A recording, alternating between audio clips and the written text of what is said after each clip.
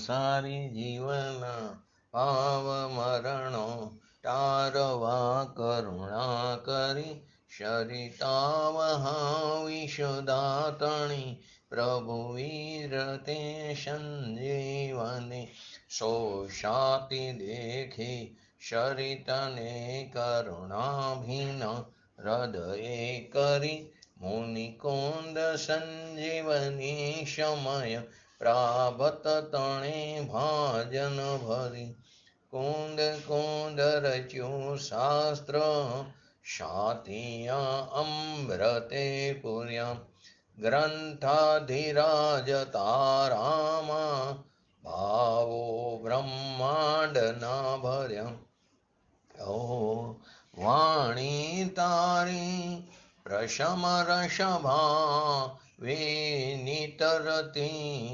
મુમોક્ષોને પાતી અમૃત રસ અંજલિ ભરી ભરી અનાદિની મૂર્છા વિષટણી ત્વરાથી ઉતરતી વિભાવેતી થંભે સ્વરૂપ ભણી દોડે પરિણતિ તું છે નિશ્ચય ગ્રંથ ભંગ સગરા વ્યવહારના ભેદવા તું પ્રજ્ઞાશિણી જ્ઞાનને ઉદયની સંદેશો છેદવા સાથી સાધકનો તો ભાનો જગનો સંદેશ મહાવીરનો વિષામો ભવ ક્લાંતના હૃદયનો તું પંથ મુક્તિ તણો શોણે તને રશની બંધ શિથિલ થાય જાણે તને હૃદય જ્ઞાની તણા જણાય તો રોચતા જગતની રુચિહાર સે સૌ ટૂરી જતા શકલ જ્ઞાયક દેવ રીઝે બનાવો પત્ર કુંદનના રત્નોના અક્ષરો લખી તથાપી કુંદ સૂત્રોના અંકાએ મૂલ્ય ના કદી તથાપી કાનવાણીના અંકાએ મૂલ્ય ના કદી નમો રિંગ ટણંગ નમો સિદ્ધણંગ નમો હેરણમ નમો વજણમ નમો લે સોસાવણમ ચટારી મંગલમ અરિહંતા મંગલમ સિદ્ધા મંગલમ શાહો મંગલમ કેવલી પંચોતમો મંગલમ ચટારી લુગટમાં અરિહંતા લુગટમાં સિદ્ધા લુગટમાં શાહો લુગટમાં કેવલી પંચોતમ લુગટમાં ચટારી શરણ ભોજામી અરિહંતે શરણ ભોજામી સિદ્ધે શરણ ભોજામી શાહો શરણ ભોજામી કેવલી પંચોતમ શરણ ભોજામી ઓમ નમો અરિહંતા ગ્રંથાધિરાજ બંધ અધિકારની 275 નંબરની ગાથા પૂજ્ય ગુરુદેવશ્રીના પ્રવચનના આધારે સમજી રહી છે. એમાં થોડું બાકી રહ્યું છે ગયા સ્વાધ્યાયમાં. પછી આગળ બંધ અધિકારની 276 અને 277 નંબરની ગાથાને સમજશું. તો સૌથી પહેલા 275 નંબરની ગાથાનું હરિગીત.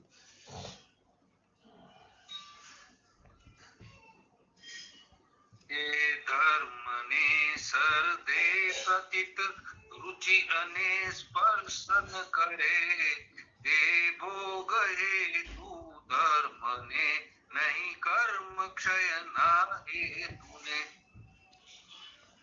છેલ્લે આપણે અજ્ઞાની જીવની વાત કરી અથવા તો અભવ્ય જીવની, કેમ કે એ જ્ઞાન ચેતનાને જાણતો નથી. એ કર્મફળ ચેતના એને અનુભવે છે. કેમ કે અભવ્ય જીવને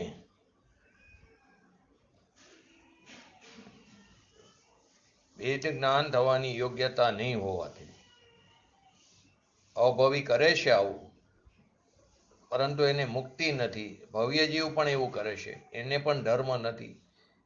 એ સિદ્ધ કરવું કેમ કે કર્મફળ ચેતનાને જાણે છે. ભગવાન આત્મા આનંદ સ્વરૂપ છે, જ્ઞાન સ્વરૂપ છે. એના ફળમાં આનંદની પ્રાપ્તિ થાય છે, ભોગવટો થાય છે, એને જાણતો નથી. અને પુણ્યના પરિણામ રૂપી સુખ, જે વાસ્તવિક સુખ નથી, હરકશોક કરે રાગ દ્વેષને વેદીને કે જે કર્મ ફળ છે, એટલે કર્મ એટલે વિકારી પરિણામનું જે કાર્ય છે તેનું ફળ, તે દુઃખનું ખરેખર તો ફળ છે, એને એ અનુભવે છે, પરંતુ એ જ્ઞાન ચેતનાને જાણતો નથી. કેમ કે જ્ઞાન સ્વરૂપી ભગવાન આત્માની એને એકાગ્રતા હોતી નથી, એથી એને જાણતો નથી. એને શુદ્ધ આત્મિક ધર્મનું શ્રદ્ધાન નથી. કેમ તો કે તે શુભ કર્મને જ એટલે કે કાર્યને ધર્મ સમજીને શ્રદ્ધાન કરે છે. દયા, દાન, વ્રત, તપ, ભક્તિ આદિ, ઉપવાસ આદિ, આંબેલ આદિ, પ્રતિક્રમણ આદિ ક્રિયાકાંડમાં ધર્મ માનીને બેઠો છે. તેથી એના ફળ સ્વરૂપે નવમી ગ્રેવ્યક સુધીના ભોગને પામી પણ શકે, પરંતુ આત્મને નો ઈર્ખો હોવાથી તેનું ભવભ્રમણ અટકતું નથી, કર્મનો ક્ષય થતો નથી. આ રીતે એને સત્યાર્થ ધર્મનું શ્રદ્ધાન નહીં હોવાથી, સત્યાર્થ ધર્મનું ત્રિકારીની શ્રદ્ધા, એની એને યથાર્થ શ્રદ્ધા નથી. અસત્યાર્થ જે શુભ કર્મ પુણ્ય છે એને ધર્મ માનીને બેઠો, તેથી તેને સાચું શ્રદ્ધાન કહી શકાતું જ નથી. અસત્યાર્થ શ્રદ્ધા નથી. આ પ્રમાણે વ્યવહાર નહીંને આશ્રિત, જે વ્યવહાર નહીં છે એને આશ્રિત અભવ્ય જીવને જ્ઞાન શ્રદ્ધાન નહીં હોવાથી નિશ્ચય નહીં વડે કરવામાં આવતો વ્યવહારનો નિષેધ યોગ્ય છે. આમાં વિશેષ આપણે જોયું હતું ગયા સ્વાધ્યાયમાં કે આ હેતુવાદ રૂપ અનુભવ પ્રધાન ગ્રંથ છે. તેથી તેમાં ભવ્ય અભવ્યનો અનુભવની અપેક્ષાએ નિર્ણય છે. હવે જો આને હેતુવાદ, અહેતુવાદ, આ હેતુવાદ રૂપ અનુભવ પ્રધાન હતો. હવે અહેતુવાદ આગમ સાથે મેળવીએ તો અભવ્યને વ્યવહારનો પક્ષ, એ રાગનો અનુભવ કરે છે, એને સ્વનો અનુભવ નથી, પણ આગમથી જોઈએ તો એને કંઈક વ્યવહારનો પક્ષ ઊંડે ઊંડે પડેલો છે, અંદર રહી જાય છે. રાગની પરિણીતિની ક્રિયા, દયા, દાન, વ્રત, તપ, ભક્તિ, એવો જે શુભ્રા ગુણગુણીના ભેદનો વિકલ્પ, એવા સૂક્ષ્મ આગમની અપેક્ષા એટલે અહેતુવાદની અપેક્ષાએ એને એવો ઊંડે ઊંડે એવો કંઈક શુભ રાગ રહી જાય છે, જે કેવરી ગમ્ય છે, જે છદ્મસને અનુભવ ગોચર નથી પણ હોતો. નથી પણ હોતો એનો તેમ કોકને હોય છદ્મસને ન જોય એવું નથી, કોઈને હોય, કોઈને ન પણ હોય. કોઈ છદ્મસને ખ્યાલમાં પણ આવી જાય, કોઈને ખ્યાલમાં ન પણ આવે. માટે અનુભવ ગોચર નથી પણ હોતો. રાગથી એટલે કે સૂક્ષ્મ રાગના ભાવને ધર્મ માનીને બેઠો છે, એવો જે એનો પક્ષ છે સૂક્ષ્મ, એ કેવરી ગમ્ય છે. છદ્મસને અનુભવ ગમ્ય હોતો પણ નથી.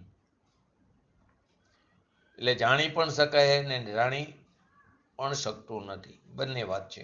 માત્ર સર્વજ્ઞ દેવ જાણે છે કે આને રાગનો પક્ષ છે અને ત્યાં તે ધર્મ માનીને ઊભો છે. આ રીતે કેવળ વ્યવહારનો પક્ષ રહેવાથી તેને સર્વતા એકાંત રૂપ મિથ્યાત્વ રહેશે. ન્યાયક સ્વરૂપ જે ભગવાન આત્મા, એનો એને અંતરમાં આશ્રય નથી, તેથી તેને એકલો રાગનો આશ્રય વ્યવહાર રહી જાય છે. માટે અભવ્યને આ વ્યવહાર નહીંના પક્ષનો આશ્રય સર્વતા કદી મટતો જ નથી. આવો વ્યવહાર કરે અભવી, પણ છતાં તેની કદી મુક્તિની પ્રાપ્તિ થતી નથી.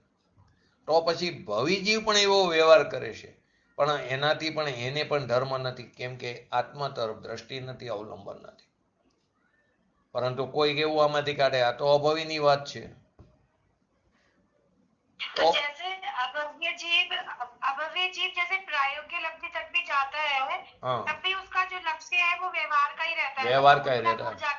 એટલે इसको सूक्ष्म राग रह जाता है, और सूक्ष्म राग जो रह जाता है वही बात बोल रहे हैं, इतना सूक्ष्म राग रह जाता है, कोई छद्मस को वो अनुभव गोचर होता भी है और नहीं भी होता है. सर्वज्ञ नहीं जानता कि इसको वो इतना शुभ राग रह गया है. नहीं तो प्रायोगिक लब्धि तक गए वो जीव तो पुरुषार्थ करके वो सूक्ष्म राग को स्वभाव के आश्रय से वो इसका खंडन न कर ले, निषेध न कर दे, वो राग को त्याग न दे, ऐसा नहीं होता। एक तो वो अभव्य है, इसको मुक्ति की प्राप्ति होगी ही नहीं, इसकी होनारी ऐसी है। तो अभी हमको समझने के लिए बात बोल रहे हैं कि एक मुझे बस वो वाली चीज थोड़ा सा लगता है, जैसे उसमें कहते हैं ना कि वो वैसा वाला जैसे चना होता है जो उबलता ही मतलब वो हार्ड ही रहता है, तो इस तरह से उसके वो दिया हुआ है इसका एग्जाम्पल कि वो वैसा जो होता है ना, तो इसमें मतलब कुछ खोट होता है, तो वो चीज मुझे थोड़ी कम समझ में आती है। जीव तो सारे बराबर हो नहीं हो तो समझ में आती है।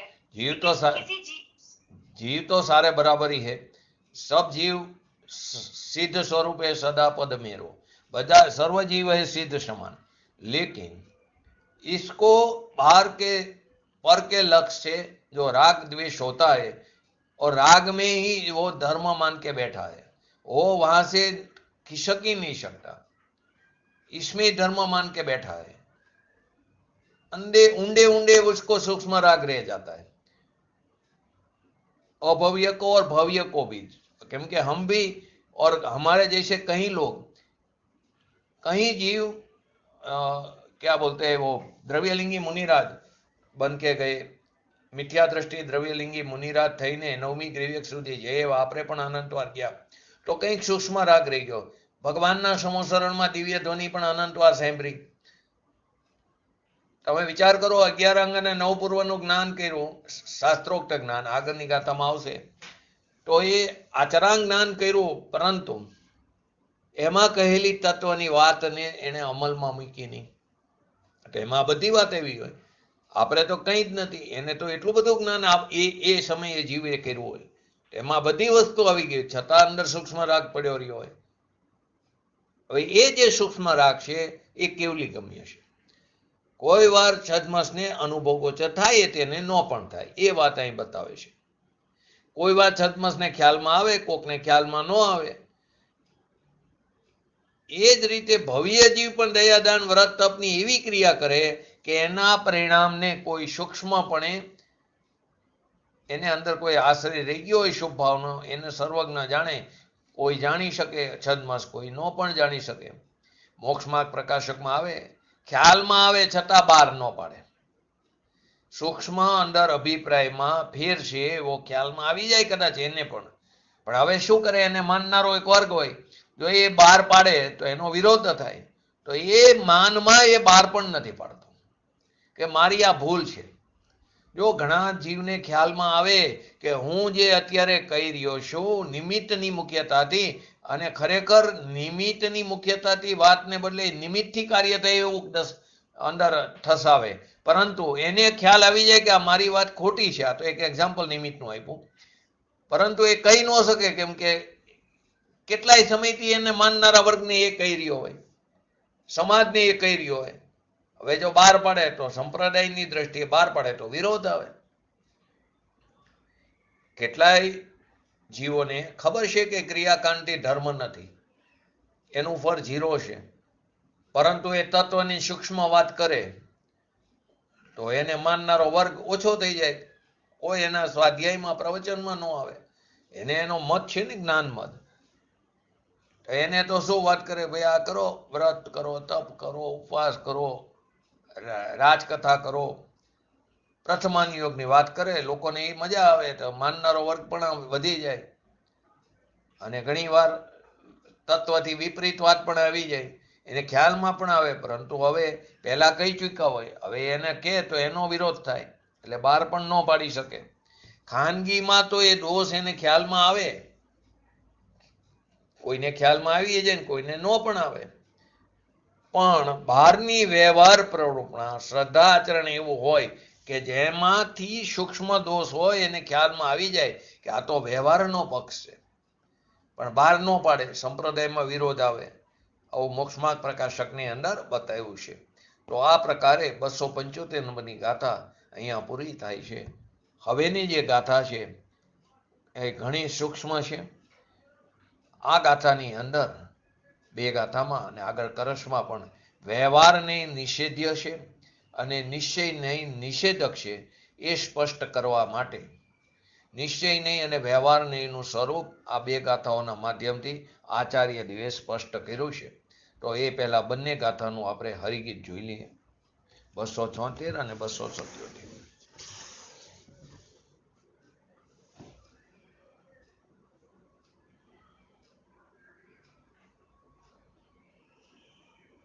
જયંતિભાઈ 276 અને 277 નું હરિગીત.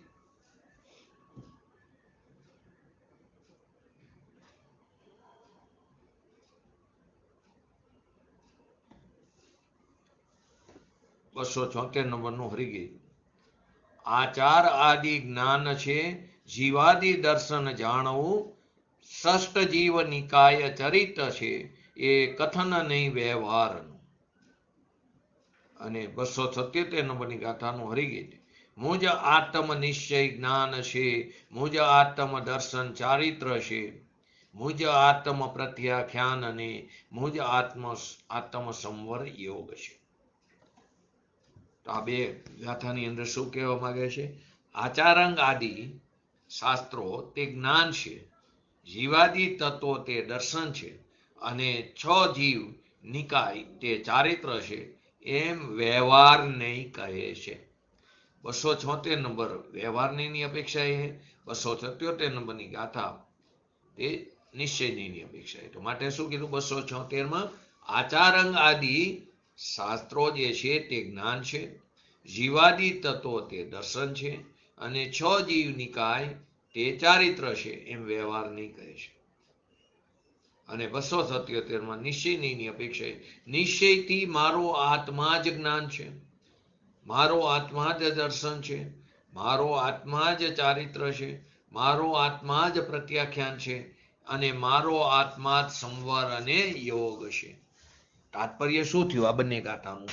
કે આચારંગ આદિ શાસ્ત્રોનું જ્ઞાન તે જ સમ્યક જ્ઞાન છે, જીવાદિ નવ પદાર્થનું શ્રદ્ધાન તે જ સમ્યક દર્શન છે, અને 6 પ્રકારના જીવ એ નિકાયોની દયા પારવી તે જ સમ્યક ચારિત્ર છે, એમ વ્યવહાર નહીં કહે છે.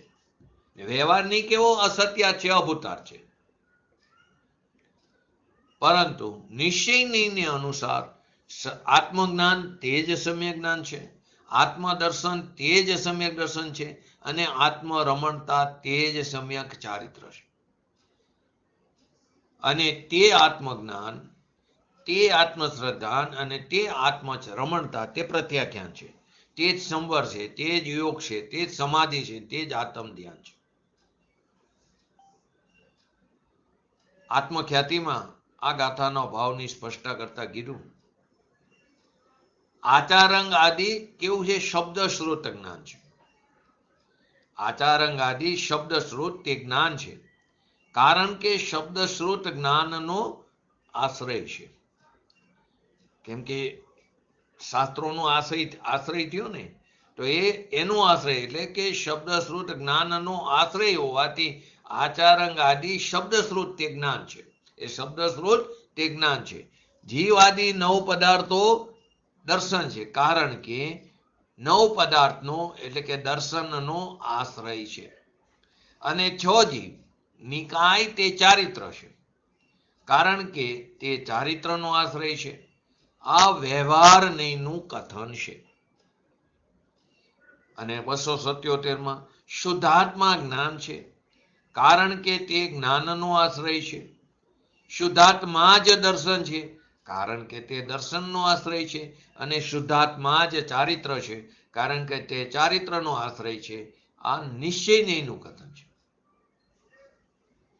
હવે જે આગળની વાત કહે છે કે આમાં આચારંગ આદિને જ્ઞાનાદિનું આશ્રયપણું તે અનેકાંતિક છે.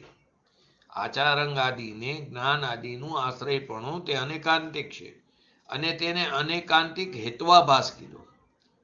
આ શબ્દ આવ્યો તો આગળની ગાથામાં 265 નંબર, એ જોઈએ આપણે. આગળ હમણાં જ આવી ગઈ. અનેકાંતિક હેત્વાભાસ છે. એ વ્યભિચાર નામના દોષથી સંયુક્ત છે. તેથી વ્યવહાર નહીં તે નિષેધ્ય નાશ થવાને લાયક છે, નિષેધ કરવા યોગ્ય છે. અને નિશ્ચય નહીં તે વ્યવહાર નહીંનો પ્રતિષેધક એટલે કે નિષેધક છે, કારણ કે શુદ્ધાત્માને જ્ઞાનાદિનું આશ્રયપણું એકાંતિક છે, સમ્યક એકાંતિક જ છે. તાત્પર્ય શું થયું કે શુદ્ધાત્માને જ્ઞાનાદિના આશ્રયપણામાં અનેકાંતિક હેત્વાભાસ નથી, તેમાં વ્યભિચાર નામનો દોષ નથી, કારણ કે શુદ્ધાત્માના આશ્રયથી જ આ જ્ઞાન દર્શન ચારિત્ર હોય જ છે. શુદ્ધાત્માના આશ્રયથી જ્ઞાન દર્શન ચારિત્ર હોય છે. આપણે આને અનેકાંતિક હેત્વાભાસને અને વ્યભિચાર બેને આપણે આગળ સમજી, એને થોડું વિસ્તારથી સમજી પછી એ પણ 265 નંબરની ગાથામાં એનો આખો અર્થ કીધો છે અનેકાંતિક હેત્વાભાસનો. આચાર અંગાદિ શબ્દશ્રુત એટલે કે શાસ્ત્ર એકાંતે નિયમથી જ્ઞાનનો આશ્રય નથી. એકાંતે નિયમથી જ્ઞાનનો આશ્રય નથી, કારણ કે શબ્દશ્રુત જ્ઞાનના સદભાવમાં પણ અભવ્યોને શુદ્ધાત્મા જ્ઞાનનો અભાવ હોવાથી સમ્યક જ્ઞાનનો અભાવ છે. ફરીવાર શું કીધું? કોઈ અભવ્ય જીવ છે, 11 અંગ અને 9 પૂર્વનું જ્ઞાન કર્યું, શબ્દશ્રુત જ્ઞાન. હવે એનો તો એને સદભાવ છે, પરંતુ એને શુદ્ધાત્મા જ્ઞાનનો અભાવ છે, માટે એને સમ્યક જ્ઞાનનો અભાવ છે. આ જ પ્રમાણે જીવાદી 9 પદાર્થો દર્શનનો ખરેખર આશ્રય નથી, કારણ કે એમના સદભાવમાં, એમના શ્રદ્ધાનના સદભાવમાં પણ અભવ્યોને શુદ્ધાત્મા દર્શનનો અભાવ હોવાથી સમ્યક દર્શનનો અભાવ છે. કોઈ અભવ્ય જીવ છે, 9 તત્વોનું શ્રદ્ધાન કરે છતાં પણ શુદ્ધાત્મા દર્શનનો, આત્માનું દર્શન એનું શ્રદ્ધાન નહીં હોવાથી સમ્યક દર્શનનો અભાવ છે. ત્રીજું ચારિત્રની વાત કરે છે. એ જ રીતે 6 પ્રકારના જીવ એ પણ ચારિત્રનો આશ્રય નથી, કારણ કે તેમના પ્રત્યે કરુણા ભાવના સદભાવમાં અભવ્ય જીવ હોય, એમને અથવા તો ભદ્ર પરિણામ વાળો જીવ હોય, એમને એના પ્રત્યે કરુણા ભાવ હોય, એની હિંસા થતી અટકાવે, અભવ્ય જીવ હોય, દ્રવ્યલિંગી મુનિપણો ધારણ કર્યો હોય, મિથ્યા દ્રષ્ટિ, એરિયા સમિતિનું એ પાલન કરતો હોય તો કરુણાભાવનો સદભાવ છે, પણ અભવ્યને શુદ્ધાત્મામાં રમણનો એટલે કે એમાં ઠરવાનો અભાવ હોવાથી સમ્યક ચારિત્રનો અભાવ છે. સદભાવ કીધું, ત્રણેય વસ્તુનો સદભાવ છે એને. શબ્દશ્રુતનો, એ શબ્દશ્રુત જ્ઞાનનો સદભાવ છે. જીવાદી 9 પદાર્થો જે છે એના સદભાવમાં, એના શ્રદ્ધાનના સદભાવમાં, અને 6 પ્રકારના જે જીવ છે એમના પ્રત્યે કરુણા ભાવનો પણ સદભાવ છે.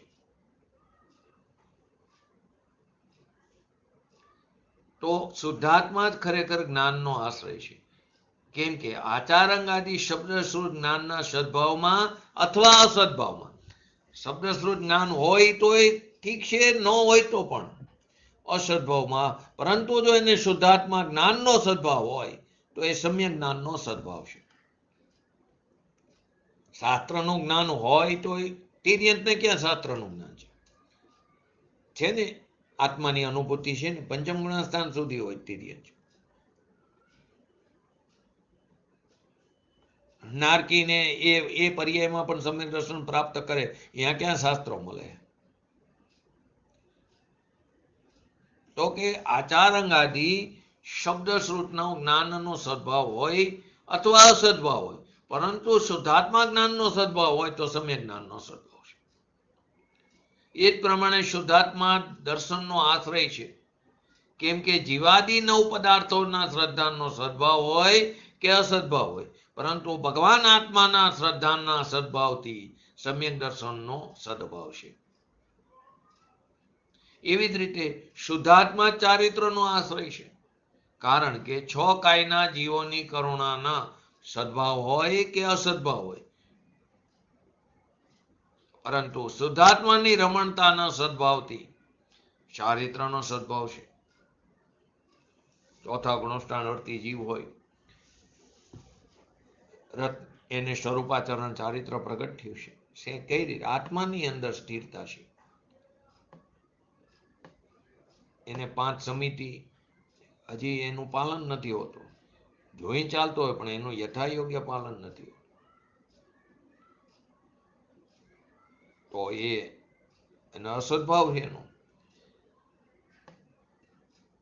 એનો હેતુપૂર્વક નથી હોતો અને મારી નાખવું, પરંતુ એનું નિયમ નથી, એને પાલન નથી, એ પ્રકારે નિયમ નથી, એટલે યથાયોગ્ય એનો અસદભાવ કીધો. પરંતુ શુદ્ધાત્માની રમણતાનો એટલે કે આત્મામાં ઠરે છે, શુદ્ધાત્મા શુદ્ધોપયોગ છે એને, તો એના શુદ્ધાત્માના રમણતાના સદભાવથી ચારિત્રનો સદભાવ છે. આ જ પ્રમાણે આત્મખ્યાતિમાં ન્યાયશાસ્ત્રની પદ્ધતિથી તર્કથી એની ચકાસણી કરી કસીને શું સિદ્ધ કરવામાં આવ્યું? આચારંગાદી શબ્દશ્રુતનો જ્ઞાનરૂપ વ્યવહાર જ્ઞાન, 9 પદાર્થોનું શ્રદ્ધાનરૂપ વ્યવહાર શ્રદ્ધાન અને 6 કાયના જીવોની રક્ષારૂપ વ્યવહાર ચારિત્ર, વાસ્તવિક સમ્યક દર્શન, સમ્યક જ્ઞાન, સમ્યક ચારિત્ર નથી. પરંતુ આત્મજ્ઞાન રૂપ નિશ્ચય જ્ઞાન, આત્મદર્શન રૂપ નિશ્ચય દર્શન અને આત્મસ્થિરતા રૂપ નિશ્ચય ચારિત્ર જ વાસ્તવિક સમ્યક દર્શન, સમ્યક જ્ઞાન અને સમ્યક ચારિત્ર છે.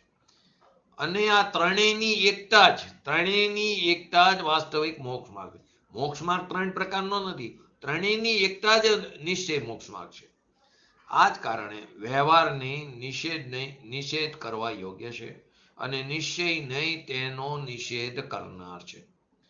હવે આપણે અનેકાંતિક હેત્વાભાસનું 265 નંબરની ગાથા ઉપરથી જોઈએ. એની અંદર કીધું હતું બંધનું કારણ અધ્યવસાન ભાવ જ છે. બંધનું કારણ, અહીંયા કારણના કારણની વાત કરી છે. બંધનું કારણ કોણ? અધ્યવસાન ભાવ. અધ્યવસાનનું કારણ કોણ? તો કે પર પદાર્થો. તો કે કેટલાક લોકોના હૃદયમાં એવો વિકલ્પ રહ્યા કરે છે કે અધ્યવસાન સિવાય પણ બંધનું કારણ કોઈ બાહ્ય વસ્તુ પણ હોવી જોઈએ. આ વિકલ્પને, અજ્ઞાનીઓના આ વિકલ્પને દૂર કરવા માટે 265 નંબરની ગાથા. તો શું એવું? જે થાય અધ્યવસાન જીવને, વસ્તુ આશ્રિત તે બને, પણ વસ્તુથી નથી બંધ, અધ્યવસાન માત્રથી બંધ છે. એટલે કે જીવોને જે અધ્યવસાન થાય છે તે વસ્તુના અવલંબન પૂર્વક જ થાય છે, તો પણ વસ્તુથી બંધ નથી થતો, તે અધ્યવસાનથી જ બંધ થાય છે. ફરી વાર શું કીધું? જીવોનો જે અધ્યવસાન થાય છે તે વસ્તુના અવલંબન પૂર્વક જ થાય છે, તો પણ વસ્તુથી બંધ નથી થતો, અધ્યવસાનથી જ બંધ થાય છે. બંધ પોતાની વિપરીત માન્યતાથી બંધ થાય, રાગદ્વેષથી, વિકારી ભાવથી. એ વસ્તુના નિમિત્તે રાગદ્વેષ થયા, પણ એ વસ્તુથી બંધ નથી થતો. ફલાણા ભાઈ એના પ્રત્યે જોઈને રાગ થયો, કોઈ ન ગમતો હોય તો એના પ્રત્યે અણગમો હોય તો દ્વેષ થાય, તો એને કારણે બંધ નથી થતો. એના પ્રત્યે એનું અવલંબન એટલે કે એનું લક્ષ્ય થયું, તો રાગ દ્વેષ જે થયા એ રાગદ્વેષને કારણે બંધ થાય છે, એમ કહેવા માંગે છે. એટલે કે અધ્યવસાન જ બંધનું કારણ છે, બાહ્ય વસ્તુ નહીં. કેમ કે બંધનું કારણભૂત અધ્યવસાનો તેમના કારણપણાથી જ બાહ્ય વસ્તુની ચરિતાર્થતા છે. એટલે કે બંધના કારણભૂત અધ્યવસાનનું કારણ થવામાં જ બાહ્ય વસ્તુનું કાર્યક્ષેત્ર પૂર્ણ થઈ જાય, જે આપણે સમજ્યા. બંધનું કારણભૂત કોણ છે? અધ્યવસાન. અધ્યવસાનનું કારણ થવામાં જ બાહ્ય વસ્તુનું કાર્યક્ષેત્ર પૂર્ણ થઈ જાય, તેથી તે વસ્તુ બંધનું કારણ નથી. તો પ્રશ્ન એમાં એ થયો હતો કે જો બાહ્ય વસ્તુ બંધનું કારણ નથી, તો પછી બાહ્ય વસ્તુના ત્યાગનો ઉપદેશ શા માટે દેવામાં આવે છે? 22 અભક્ષ્ય ચીજનો ત્યાગ, રાત્રિ ભોજનનો ત્યાગ, આ બાહ્ય વસ્તુના ત્યાગનો ઉપદેશ શા માટે? આ તો એક્ઝામ્પલ. શા માટે દેવામાં આવે છે? 3 પ્રકારના મકારોનો ત્યાગ, માખણનો ત્યાગ, અથાણા આદિનો ત્યાગ. તો અધ્યવસાનના નિષેધ માટે બાહ્ય વસ્તુનો નિષેધ આવે છે. વાસ્તવમાં અહીંયા પ્રયોજન અધ્યવસાનનો નિષેધ છે, એના માટે બાહ્ય વસ્તુનો નિષેધ કરવામાં છે. કેમ કે બાહ્ય વસ્તુ અધ્યવસાનની આશ્રયભૂત છે. કેમ કે અધ્યવસાન બાહ્ય વસ્તુને અવલંબન, એના લક્ષ્ય થાય છે. તો તો એટલા માટે બાહ્ય વસ્તુનો ત્યાગનો ઉપદેશ દેવામાં, વાસ્તવમાં તો અધ્યવસાનનો ત્યાગ છે. કારણ કે બાહ્ય વસ્તુના આશ્રય વિના અધ્યવસાન પોતાના સ્વરૂપને પ્રાપ્ત થઈ શકતું નથી, એટલે કે ઉત્પન્ન થતું નથી. હવે એનું 2 એક્ઝામ્પલ આપ્યા હતા, એ પણ જોયા હતા આપણે.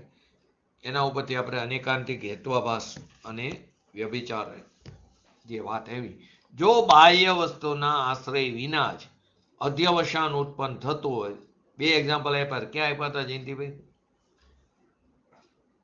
એક તો પગમાં મુનિરાજને કઈ છે આવી જાય, એ તો બરાબર, પણ એક્ઝામ્પલ એ તો બરાબર.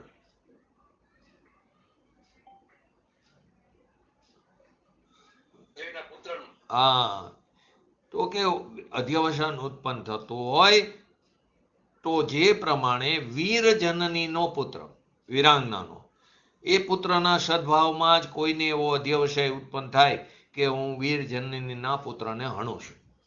એનો સદભાવ હોય તો એને એ આવે, ઉત્પન્ન થાય અધ્યવસાય કે હું વીર જનનીના પુત્રને હણું છું. તે પ્રમાણે આશ્રયભૂત વંધ્યાના પુત્ર, કોઈ વાંજણી હોય કે જેને પુત્ર ન હોય, તે વંધ્યાના પુત્રના અસદભાવમાં પણ કોઈને એવો અધ્યવસાય ઉત્પન્ન થવો જોઈએ કે હું વંધ્ય પુત્રને હણું છું. પરંતુ એવો તો અધ્યવસાય કોઈને ઉત્પન્ન નથી થતો, કેમ કે એનો તો અસદભાવ છે. તેથી શું સિદ્ધ થયું કે બાહ્ય વસ્તુરૂપ આશ્રય વિના અધ્યવસાન હોતું નથી. વીરજનનીનો પુત્ર છે તો બરાબર છે, એમાં તો અધ્યવસાય થયો, પણ વાંજણીને તો પુત્ર જ નથી, વંધ્યા પુત્ર, એનો તો અસદભાવ છે, તો અધ્યવસાન ઉત્પન્ન થવું જોઈએ, નથી ઉત્પન્ન થતો. એનો અર્થ શું થયો કે બાહ્ય વસ્તુરૂપ આશ્રય વિના અધ્યવસાન હોતો નથી. એ કારણે જ અધ્યવસાનનો આશ્રયભૂત બાહ્ય વસ્તુનો ત્યાગનો ઉપદેશ દેવામાં આવે છે. એનાથી એક સિદ્ધાંત સિદ્ધ થયો કે કારણના પ્રતિષેધથી જ કાર્યનો પ્રતિષેધ થાય છે. જોકે બાહ્ય વસ્તુ બંધના કારણનું કારણ છે, તો પણ તે બંધનું કારણ નથી. બાહ્ય વસ્તુ બંધના કારણનું કારણ છે, તો પણ તે કારણ નથી. એના એક્ઝામ્પલમાં તમે કીધું મુનિરાજનું. ઈર્યા સમિતિ પૂર્વક ચાલતા મુનિરાજની પગની નીચે કાલ પ્રેરિત ઉડતા જંતુ, એ સમય એવો જ એની હોનાર હતી, કાર એવો હતો સ્વકાર, તો એ કાલ પ્રેરિત ઉડતા જંતુ ઓચિંતા એના પગ નીચે આવી જાય. યથાયોગ્ય ઈર્યા સમિતિનું પાલન કરતા. બંધના કારણની કારણરૂપ બાહ્ય વસ્તુને બંધનું કારણ માનવામાં, બંધના કારણની કારણરૂપ જે બાહ્ય વસ્તુ છે એને જો બંધનું કારણ માનવામાં આવે તો એ અનેકાંતિક હેત્વાભાસ થાય છે. વ્યભિચાર નામનો દોષ આવે છે. હવે કેવી રીતે એ પણ સમજી. તેથી નિયમથી બાહ્ય વસ્તુનું બંધનું હેતુત્વ નિર્બાધપણે સિદ્ધ થતું નથી. તેથી અતદભાવરૂપ બાહ્ય વસ્તુ બંધનું કારણ નથી, પરંતુ તદભાવરૂપ અધ્યવસાન ભાવ જ બંધનું કારણ છે. વસ્તુ સ્થિતિ પણ એમ જ છે કે જ્યારે પણ આત્મામાં રાગ દ્વેષ મોહ રૂપ અધ્યવસાનો ઉત્પન્ન થાય છે, ત્યારે તે કોઈને કોઈ પર પદાર્થના લક્ષ્યથી, એના આશ્રયથી ઉત્પન્ન થાય. એને કારણે નથી થતા, એના લક્ષ્યથી ઉત્પન્ન થાય. રાગ દ્વેષ આદિ મોહ ભાવ, મારવાનો ભાવ કોઈને કોઈ પ્રાણીના લક્ષ્યથી જ થાય. એ જ રીતે બચાવવાનો ભાવ પણ કોઈને કોઈ લક્ષ્યથી જ થાય. હવે આ વાતને અહીંયા વીરજનનીનો પુત્ર અને વંધ્યાના પુત્રના ઉદાહરણથી સમજાયું. વીરજનનીના પુત્રનું હોવું તો લોકમાં સંભવ છે, પરંતુ વંધ્યાના પુત્રનું હોવું લોકમાં સંભવ નથી. એ જ કારણે જે વીરજનની છે એના પુત્રને મારવાનો ભાવ તો કોઈને હોઈ શકે, પરંતુ વંધ્યા પુત્રને મારવાનો ભાવ કોઈને થતો નથી. કેમ કે જેનું લોકમાં અસ્તિત્વ જ નથી, એને મારવાનો ભાવ કેમ સંભવ થાય? આ પ્રમાણે પરના આશ્રયથી જ અધ્યવસાન ભાવ થાય છે, સિદ્ધ થાય. જોકે બંધ તો કેવળ અધ્યવસાન ભાવથી થાય છે, છતાં જે પદાર્થો અને જે ક્રિયાઓના માધ્યમથી એના અવલંબનથી અધ્યવસાન થાય છે, તે ક્રિયાઓ અથવા તે પદાર્થોનો ત્યાગનો ઉપદેશ જીનાગમમાં આપવામાં આવ્યો છે. પરંતુ એનાથી લોકોને શું ભ્રમ થઈ ગયો કે આ ક્રિયાઓ અથવા પર પદાર્થો જ બંધનું કારણ છે, એવો ભ્રમ ઉત્પન્ન થઈ ગયો. તો અધ્યવસાનનો આધારભૂત પર પદાર્થો બંધનું કારણ છે. બંધનું કારણ અધ્યવસાન ભાવ ને એનું કારણ, પણ એ બંધનું કારણ નથી. એમનો નિષેધ પણ બંધના કારણ હોવાથી કરવામાં આવે છે. એથી એમના નિષેધથી અધ્યવસાનનો નિષેધ સમજવો જોઈએ. હવે એમને જો બંધનું કારણ માન્યું તો અનેકાંતિક હેત્વાભાસ થયો.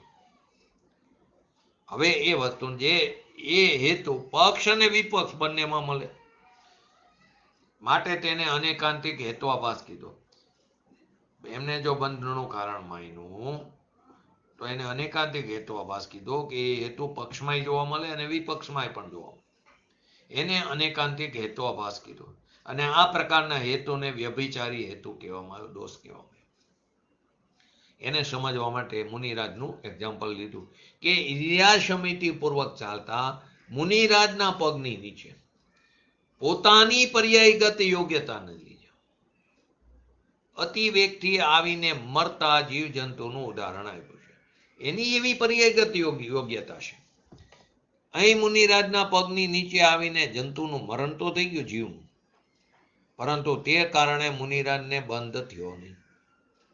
એમને થયો નથી બંધનો, એમને બંધ મુનિરાજને, કેમ કે એમને તે સમયે તત્સંબંધી અધ્યવસાન નહોતો, એને એ સંબંધી અધ્યવસાન નહોતો. આમ જીવ જંતુનું મરણ થવા છતાં પણ તેમને બંધ ન થયો. તેથી જીવોના મરણથી બંધનું હેતુત્વ અનેકાંતિક દોષથી યુક્ત છે. તેથી જીવોનું મરણ થયું, હવે એને બંધનું કારણ માન્યું તો એ અનેકાંતિક દોષથી યુક્ત છે. અહીં બંધ થવો તે પક્ષ છે અને બંધ ન થવો તે વિપક્ષ છે. આપણા નિમિત્તથી જીવોનું મરણ થવા છતાં પણ જો આપણને તત્સંબંધી અધ્યવસાન ભાવ હોય તો બંધ થાય, અને જો ન હોય તત્સંબંધી અધ્યવસાન ભાવ તો બંધ થતો નથી.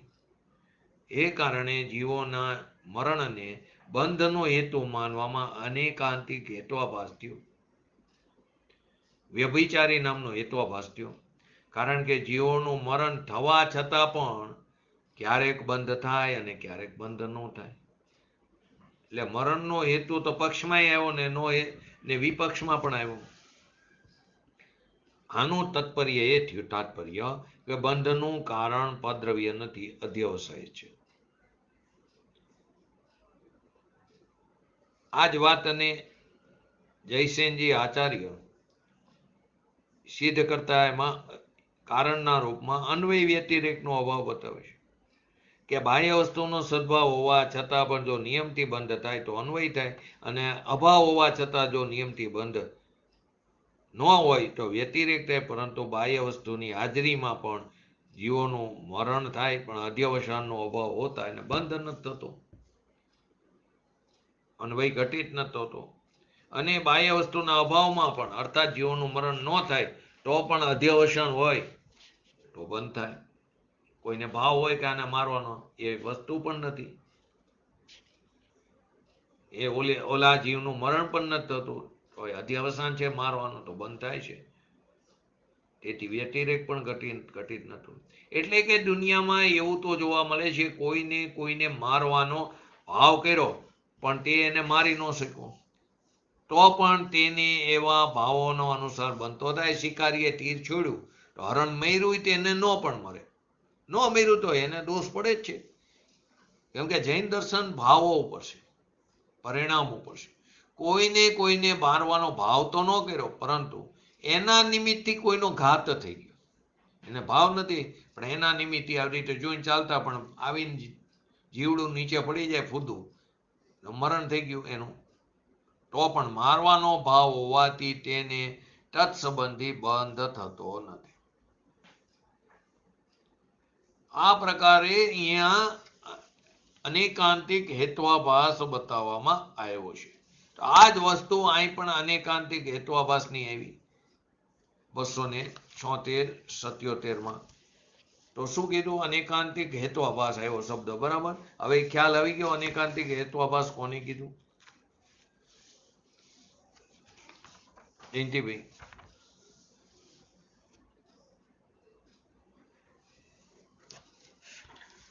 બરાબર, બંનેમાં લગાવ્યું એટલે સદભાવ હોય કે અસદભાવ હોય, બંધ તો અધ્યવસાનથી થાય. સદભાવ હોય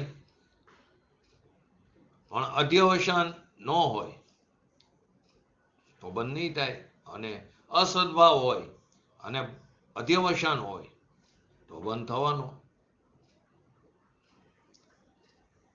તો વ્યવહારની અને નિશ્ચયનીમાં પરસ્પર નિષેધ્ય નિષેધક સંબંધ છે. આ વાતને અત્યંત સંક્ષેપમાં પંડિત જયચંદજી છાબડાએ ભાવાર્થમાં સ્પષ્ટતા કરતા કીધું કે આચારંગ આદિ શબ્દ શ્રુતનું જ્ઞાન, જીવાદી 9 પદાર્થોનું શ્રદ્ધાન તથા 6 કાયના જીવોની રક્ષા, આ બધું હોવા છતાં પણ અભવ્યને જ્ઞાન દર્શન ચારિત્ર હોતા નથી. આચારંગ આદિ 9, 11 અંગ 9 પૂર્વનું જ્ઞાન છે, જીવાદી 9 પદાર્થોનું શ્રદ્ધાન છે, 6 કાયના જીવોની રક્ષા, આ બધું હોવા છતાં પણ અભવ્યને જ્ઞાન નથી, સમ્યક જ્ઞાન નથી, સમ્યક દર્શન નથી અને સમ્યક ચારિત્ર હોતા નથી. તેથી વ્યવહાર નહીં તો નિષેધ્ય છે, અને જ્યાં શુદ્ધાત્મા હોય છે ત્યાં જ્ઞાન દર્શન ચારિત્ર હોય જ છે. તેથી નિશ્ચયની વ્યવહારનીનો નિષેધક છે. તેથી શુદ્ધ નહીંને ઉપાદેય કહેવામાં આવ્યો છે, પરમ આશ્રય કરવા યોગ્ય. આચાર્ય જયસેનજીની તાત્પર્ય વૃત્તિમાં આ ગાથાના ભાવને આગમ અને પરમાગમના શબ્દમાં સ્પષ્ટ કરતા એ રીતે થાય કે આગમ જ્ઞાન તત્વાત શ્રદ્ધાન અને જીનાગમ કથિત આચરણનું પાલન કરવા છતાં અભવ્ય અને મિથ્યા દ્રષ્ટિ ભવ્ય બે, અભવ્ય અને ભવ્ય બે, પણ ભવ્યમાં મિથ્યા દ્રષ્ટિ, એ જીવોને મિથ્યાત્વ આદિ કર્મ પ્રકૃતિઓનો ઉપશમ આદિ ન હોવાથી અને આત્માની સન્મુખ પરિણમન ન હોવાથી, એટલે કે આત્માનુભૂતિ ન હોવાને લીધે સાચો મોક્ષ માર્ગ અને મોક્ષ હોતો નથી. કર્મની અપેક્ષાએ કર્મ પ્રકૃતિનો ઉપશમ ન હોવાથી અને વાસ્તવમાં આત્માની સન્મુખ પરિણમન ન હોવાથી આત્માનુભૂતિ ન હોવાને લીધે સાચો મોક્ષ માર્ગ અને મોક્ષ હોતો નથી.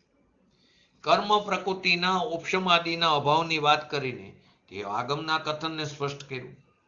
આત્માની સન્મુખ પરિણામ ન હોવાની વાત કરીને અધ્યાત્મ શૈલીના કથનની સ્પષ્ટતા કરી.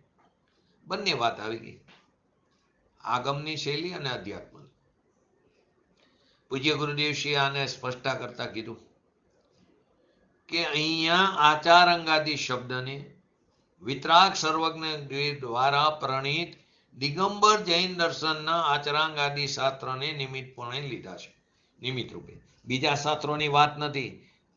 જીનવર દેવે કહેલી તત્વની વાત દિવ્ય ધ્વનિમાં વસ્તુ સ્વરૂપ જે નિરૂપણ કર્યું છે એ અનુસારે જે શાસ્ત્રની રચના થઈ ગણધર દ્વારા, એને સાચું શાસ્ત્ર કીધું, જ્યાં જેની અંદર વિતરાગતાની નિરૂપણતા હોય. એટલે વિતરાગ સર્વજ્ઞ દ્વારા પ્રણીત દિગંબર જૈન દર્શનના આચરાંગાદિ શાસ્ત્રને નિમિત્ત રૂપે લીધા છે. એવા આચારંગાદિ શાસ્ત્રોનું જ્ઞાન તે શબ્દ સ્વરૂપ છે, તેથી વ્યવહાર જ્ઞાન છે અને તે નિષેધ્ય છે. કારણ કે આચારંગાદિ વ્યવહાર જ્ઞાનનો આશ્રય છે. તે આચારંગાદિ વ્યવહાર જ્ઞાનનો આશ્રય છે. જે જ્ઞાનની પર્યાયમાં ભગવાન આત્મા આશ્રયભૂત અથવા તો નિમિત્ત ન હોય અને શબ્દશ્રુત નિમિત્ત થાય, તે શબ્દશ્રુત જ્ઞાન વ્યવહાર છે અને તે નિષેધ કરવા યોગ્ય છે. ભગવાન આત્મા આશ્રયભૂત ન હોય અથવા તો નિમિત્ત ન હોય, કેમ કે ત્રિકારી ઉપાદાન તે ઉદાસીન નિમિત્ત કીધું. જીવ અજીવ આશ્રવ આદિ 9 પદાર્થ દર્શન છે. જેમ શબ્દશ્રુત છે તેમ જીવાદી 9 પદાર્થ દર્શન છે. કારણ કે જીવાદી ભેદરૂપ 9 પદાર્થ, જો ભેદરૂપ આપણે હમણાં લેશું મોક્ષશાસ્ત્રનું તત્વસૂત્રનું, એની અંદર અભેદની વાત છે. અહીંયા જીવાદી ભેદરૂપ નવ પદાર્થ એ દર્શનના આશ્રય છે. ભેદ છે ને, તેથી 7 તત્વ અથવા 9 પદાર્થ દર્શન છે. આ વ્યવહાર છે, તેથી વ્યવહાર દર્શન નિષેધ્ય છે. હવે ત્રીજું ચારિત્ર, કે 6 જીવ નિકાય એ ચારિત્ર છે, એટલે કે 6 કાયના જીવોનો સમૂહ ચારિત્ર છે. અહીંયા 5 મહાવ્રત આદિના વિકલ્પ રૂપ વ્યવહાર ચારિત્રની વાત છે.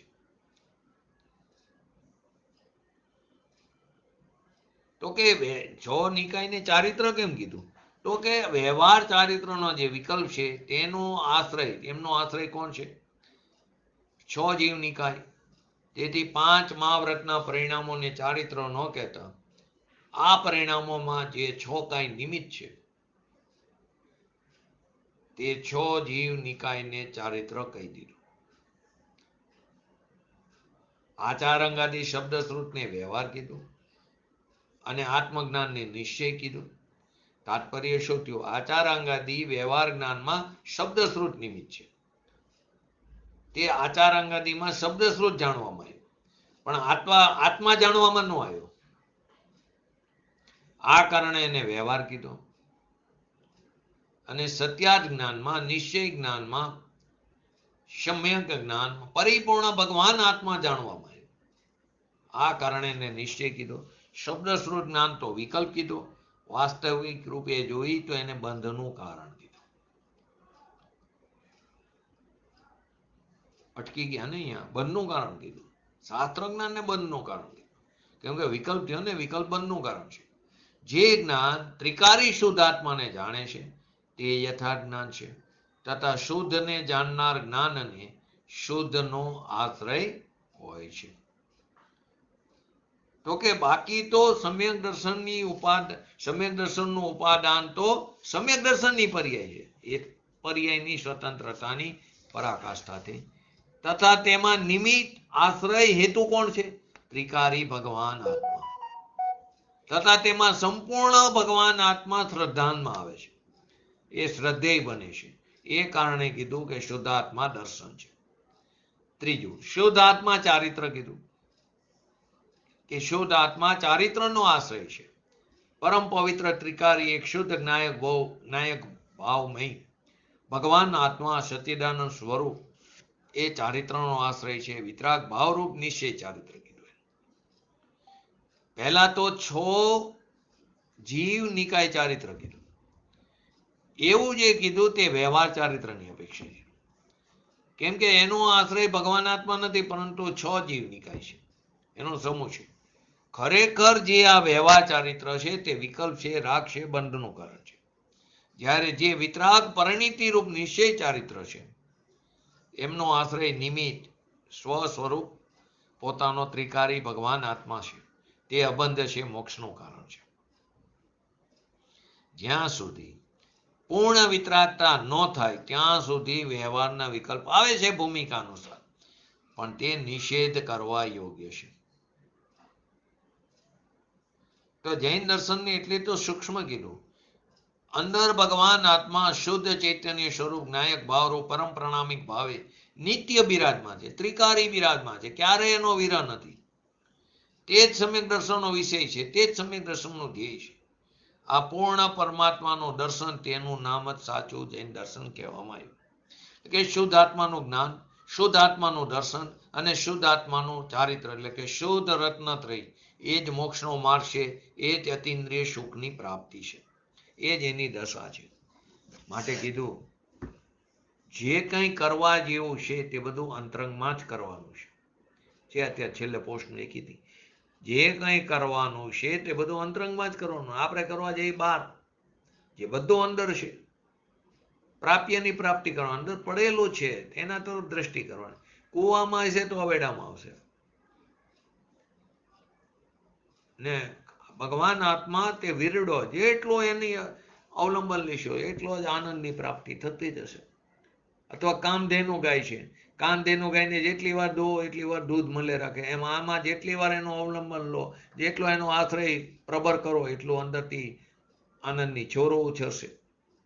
તો બધું અંતરંગમાં જ કરવાનું છે, પોતાના આત્મામાં જ કરવાનું છે. અને આત્મામાં પણ શું કરવાનું? ખરેખર તો કંઈ કરવાનું જ નથી, કેમ કે ભગવાન આત્માનો સ્વભાવ છે જ્ઞાતા દ્રષ્ટા, જાણવો દેખો. તો ભગવાન આત્માને માત્ર જ ને માત્ર જાણવાનો જ છે. એનું શ્રદ્ધાન કરવાનું, એમાં સ્થિર થવાનું, એની અંદર રમણ થવાનું, એની અંદર જામવાનું, એની અંદર જ ચરવાનું. આ સિવાય આત્મામાં કંઈ પણ કરવાનું નથી, કેમ કે કરે એ મરે. કાંઈ કે છે સમસ્ત જ વ્યવહાર નિષેધ કરવા લાયક છે, કારણ કે તે બધું બંધનનું જ કારણ છે. અહીં કે છે જેના જ્ઞાનમાં શુદ્ધાત્મા આવી ગયો, દર્શનમાં શુદ્ધાત્મા આવી ગયો અને શુદ્ધાત્મામાં જ રમણતા થઈ ગઈ, તેને શુદ્ધ જ્ઞાન એટલે કે સમ્યક જ્ઞાન, સમ્યક દર્શન, સમ્યક ચારિત્ર હોય જ. આ કારણે નિશ્ચયની વ્યવહારનીનો નિષેધક છે અને વ્યવહારની નિષેધ્ય છે.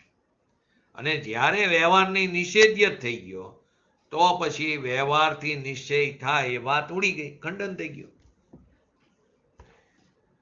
હવે અહીંથી એક પ્રશ્ન થયો જે મેં કીધો કે તત્વાદ સૂત્રની અંદર આચાર્ય ઉમાસ્વામીએ સમ્યક દર્શનની જે પરિભાષા આપી એ શું વ્યવહાર સમ્યક દર્શનની પરિભાષા છે? તત્વાદ સૂત્રની અંદર નિશ્ચય સમ્યક દર્શન ખરેખર સિદ્ધ કર્યું છે, પરંતુ શું લખ્યું તત્વાદ સૂત્રમાં? તત્વાર્થ શ્રદ્ધામ અને જીવો જીવાશ્રવ બંધ. પરંતુ ત્યાં નિશ્ચય સંકેતની વાત છે.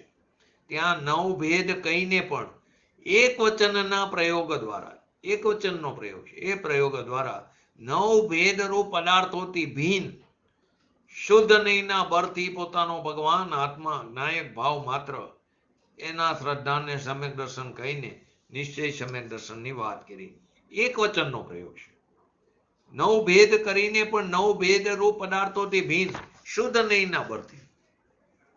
ને અહીંયા નવ ભેદ કહીને નવ પદાર્થ કીધા, એક આત્મા નહીં.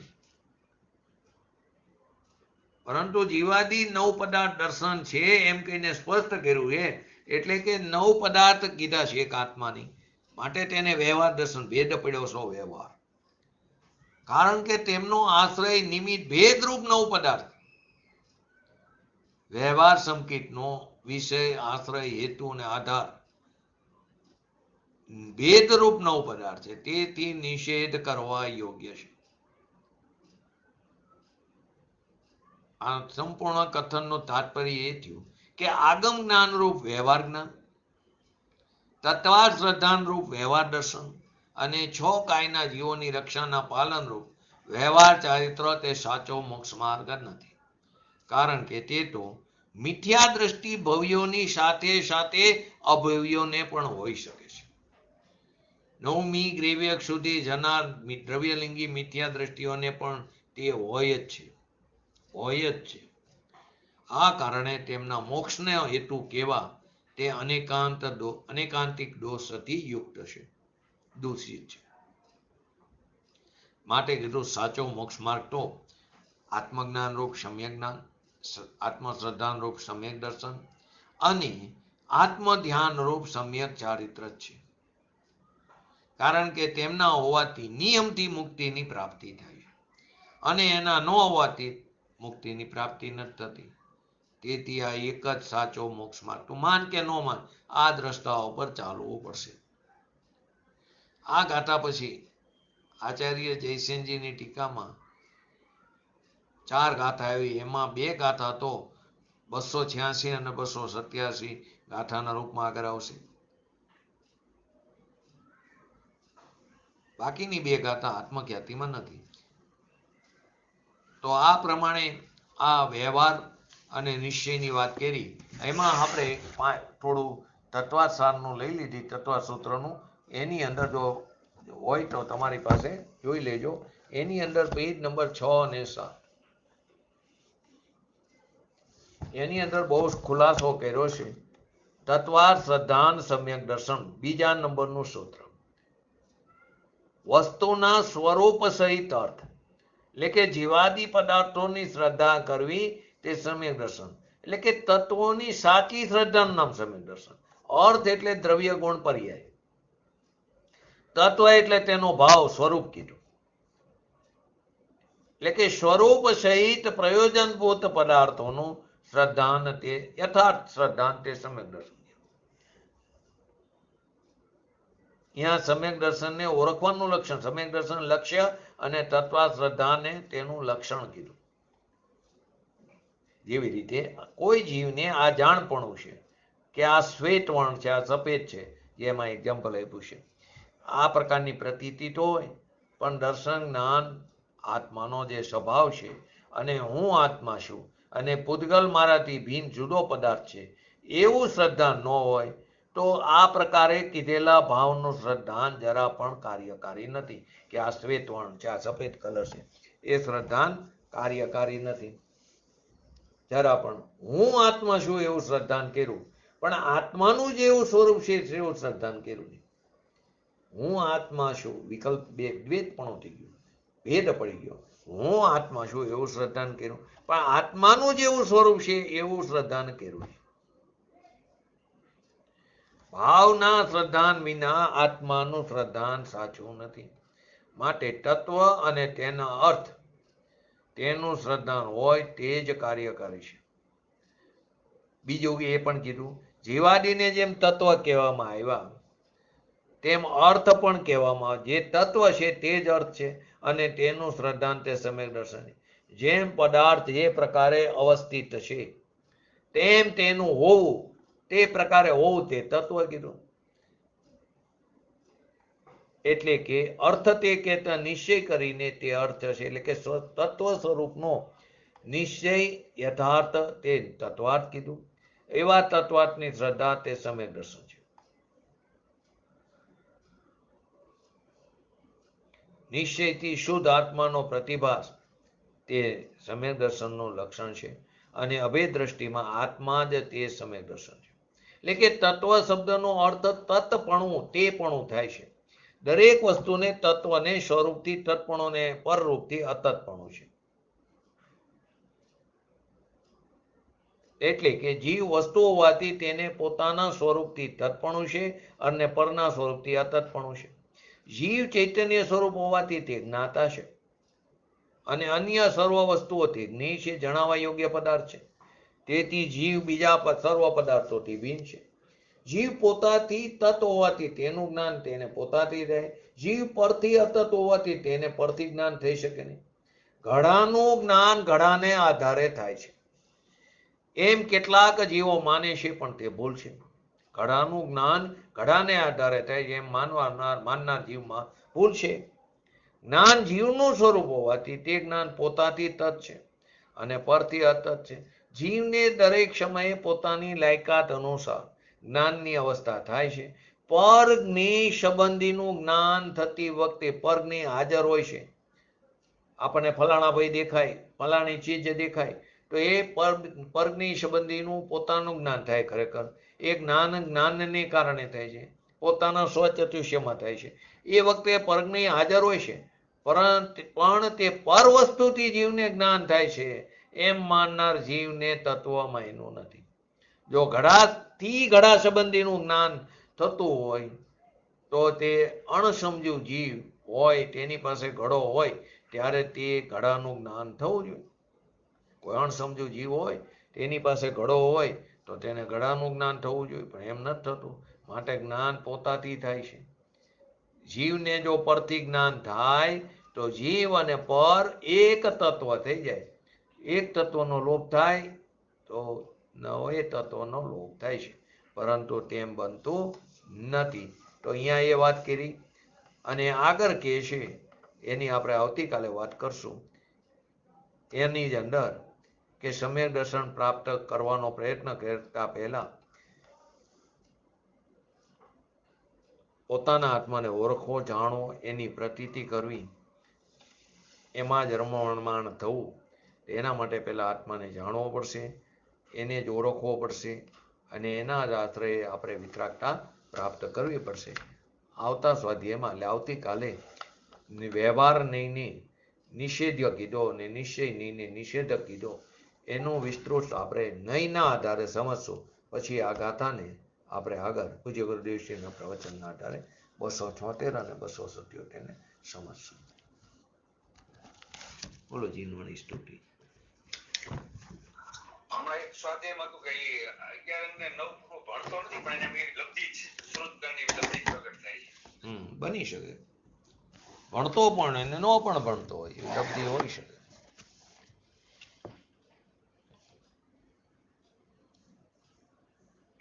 जिनवाणी की स्तुति अल्प बुद्धि परमान हम सेवक विनती करे हे माता मोहिना हे जिनवाणी भारती कोई जपो निन रे जो तेरा शरणा गए सो पावे सुख चैन जावानी के ज्ञान ते सूझे लोकालोक सोवाणी मस्तक चढ़ो सदा देत हो तो. નમો રેંકટાણમ નમો સિદ્ધાણમ નમો હેરણમ નમો વજ્જાણમ નમો લેસો શ્રવણમ ચત્તારી મંગલમ અરિહંતા મંગલમ સિદ્ધા મંગલમ શાહુ મંગલમ કેવલી પંતો ધમો મંગલમ ચત્તારી અલુગટમાં અરિહંતા લુગટમાં સિદ્ધા લુગટમાં શાહુ લુગટમાં કેવલી પંતો ધમો લુગટમાં ચત્તારી શરણ ભોજામી અરિહંતે શરણ ભોજામી સિદ્ધે શરણ ભોજામી શાહુ શરણ ભોજામી કેવલી પંતો ધમો શરણ ભોજામી. બોલીએ શ્રી પંચ પરમેષ્ઠી ભગવંતોનો જય હો. બોલીએ શ્રી જીનવાણી માતનો જય હો. બોલીએ શ્રી પરમ બ્રહ્મકારી શ્રી સદગુરુ દેવનો જય હો. બોલીએ શ્રી દશમૂર્તિ ભગવતી માતનો જય હો. બોલીએ શ્રી સનાતન જૈન દિગંબર ધર્મનો જય હો. જય હો.